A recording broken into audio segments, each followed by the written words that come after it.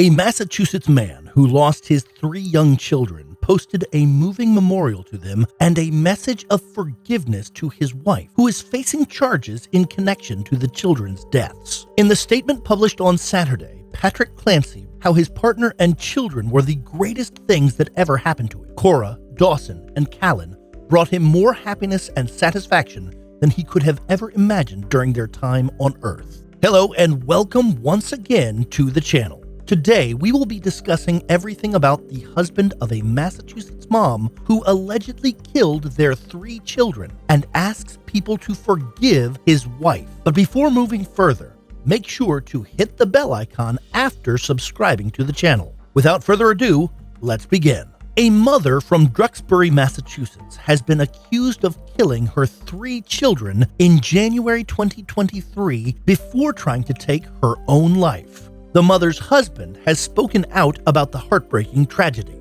Patrick Clancy wrote extensively on a GoFundMe website made for his family, discussing the joy he felt in fatherhood as well as the personalities and quirks of his 3 children, 3-month-old Callan, 5-year-old Cora, and 3-year-old Dawson. The pain and shock are intense and never-ending. They are constantly on my thoughts, and the little sleep I do get causes me to dream about them repeatedly.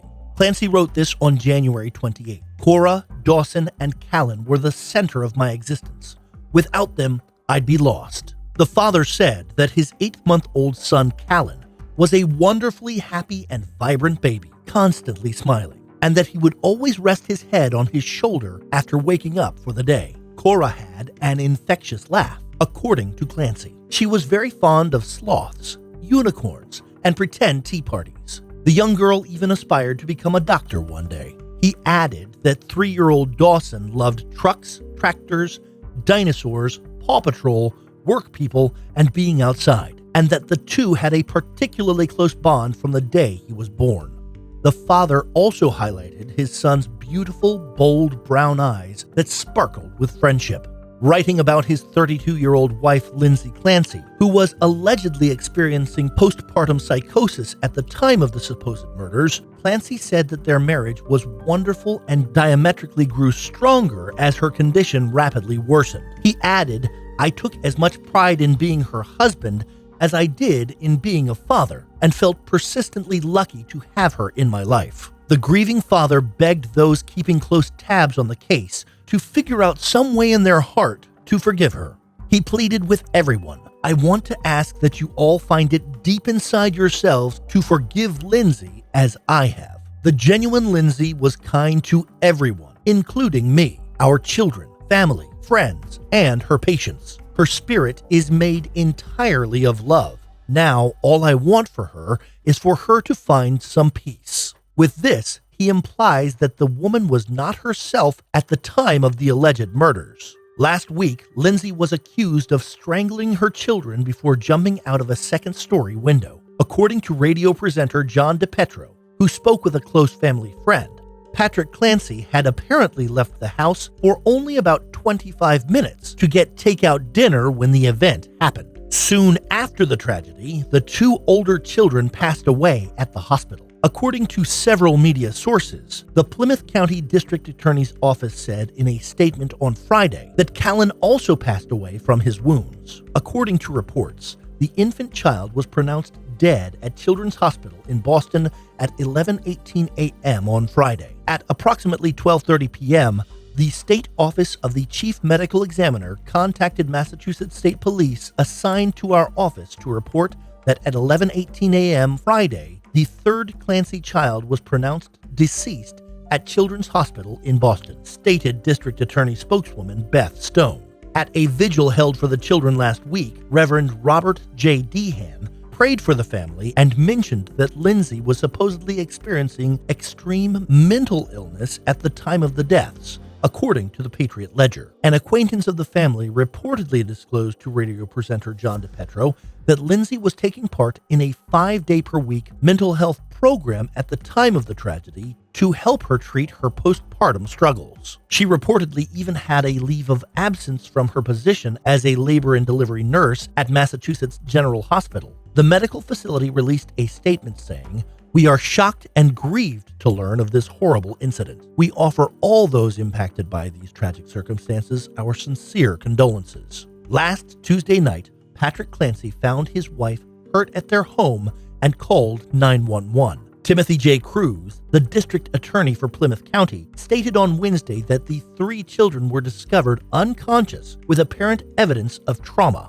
Their aunt Donna Jessie told NBC Boston they were absolutely lovely, wonderful children. They were simply beautiful, she said, well cared for. The children's great-grandmother, Rita Musgrove, also told the station that when she spoke with Lindsay just 1 week prior, that nothing looked awry. It's very frightening and heartbreaking. District Attorney Cruz said at a news conference that Lindsay is still in the hospital and has been charged with 2 counts of homicide, 3 counts of strangling, and 3 counts of assault and battery with a deadly weapon. When she has fully recovered from her injuries, she will officially be charged with murder, according to Cruz. In the wake of the children's passing, new charges apparently have not been introduced. If found guilty of first-degree murder in Massachusetts, she would be sentenced to life in prison.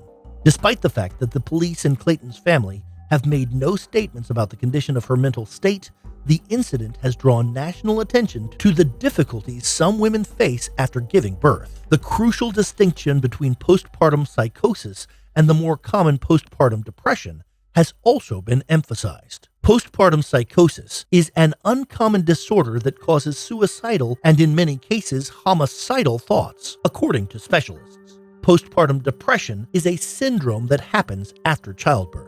The top medical correspondent for ABC News and board-certified OBGYN Dr. Jennifer Ashton described postpartum psychosis as a true medical emergency. New mothers' mental agility should be given more attention. As an OBGYN who has been in practice for 22 years, Ashton said that she had never personally dealt with a case of postpartum psychosis, which she claimed manifests much more vividly than postpartum depression. Confusion, hallucinations, delusions, paranoia, obsessive thinking, and, sadly, attempts to hurt oneself or a child are just a few of the possible signs and symptoms that can show up for patients, according to Ashton. Postpartum depression is not the same thing as this. According to the CDC, up to 1 in 8 women who give birth experience postpartum depression. Symptoms include strained relationships with family and friends, crying more often than usual, experiencing excessive anxiety or worry, feeling overly angry, having doubts about the ability to care for a child, and contemplating hurting yourself or a child. The symptoms are more severe and persistent than the frequently talked about baby blues that some women go through after giving birth, and may persist for weeks or even months following a delivery. Depending on the nature and intensity of the symptoms, there are several postpartum depression treatment options, which include medication, psychotherapy,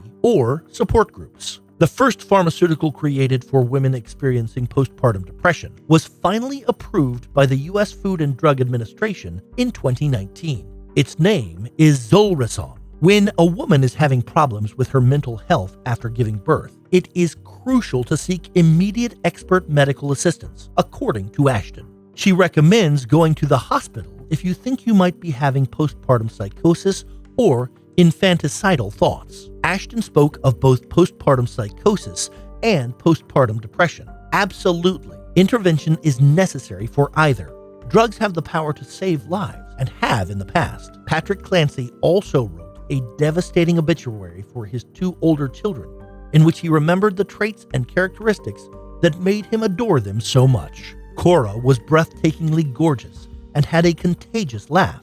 He said that she was always extremely careful and cautious due to her shining kindness. On Dawson, the man replied that he was very funny and loved making people laugh. The boy went above and beyond to be generous with others and would always share his toys if asked. In your brief time here, Cora, Dawson, and Callan, you gave me so much. I'll try my best to continue in your honor, even though I'm not sure if the agony will ever go away. Dada will always remember you and he loves you very much. The heartbreaking post continued. Any parent would be shattered in this position. That's why so many people have reached out online with their support and understanding. That's going to be it for today, everyone. What is your take on this story? Do you think the alleged crimes are forgivable? Let us know what you think in the comments down below. Also, if you enjoy this kind of video, give it a thumbs up and make sure to subscribe to the channel for more informational videos. Until then, stay safe and have a great day.